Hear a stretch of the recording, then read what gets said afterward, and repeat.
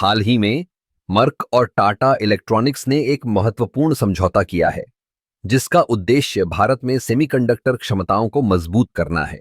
यह समझौता न केवल इन दोनों कंपनियों के लिए बल्कि पूरे देश के लिए एक बड़ी उपलब्धि है। सेमीकंडक्टर तकनीक आज के डिजिटल युग की रीढ़ है।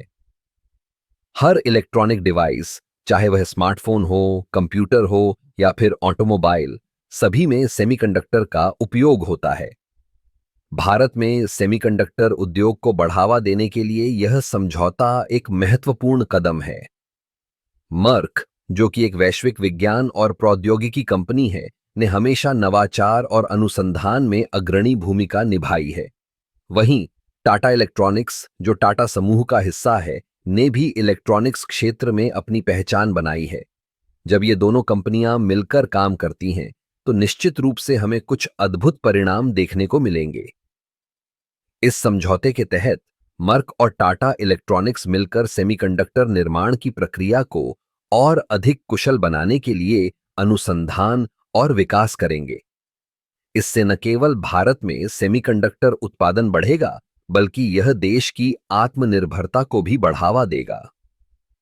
भारत में सेमीकंडक्टर उद्योग का विकास न केवल तकनीकी दृष्टिकोण से महत्वपूर्ण है, बल्कि यह रोजगार के अवसर भी पैदा करेगा।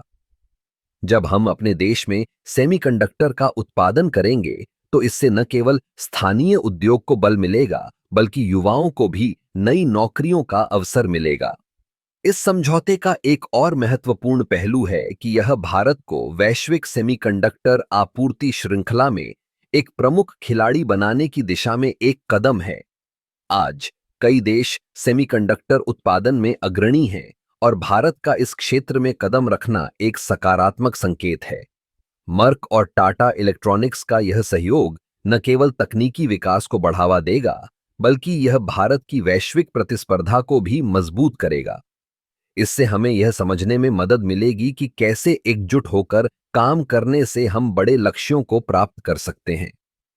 इस समझौते के परिणाम स्वरूप हम उम्मीद कर सकते हैं कि आने वाले वर्षों में भारत में सेमीकंडक्टर उद्योग में तेजी से वृद्धि होगी। यह न केवल हमारे लिए बल्कि आने वाली पीढ़ियों के लिए भी एक सुनहरा अवसर है। इस प्रकार मर्क और टाटा इलेक्ट्रॉनिक्स का यह समझौता न केवल तकनीकी दृष्टिकोण से महत्वपूर्ण है, बल्कि यह हमारे देश के आर्थिक विकास में भी एक महत्वपूर्ण भूमिका निभाएगा। हमें इस दिशा में आगे बढ़ने के लिए तत्पर रहना चाहिए और इस अवसर का पूरा लाभ उठाना चाहिए।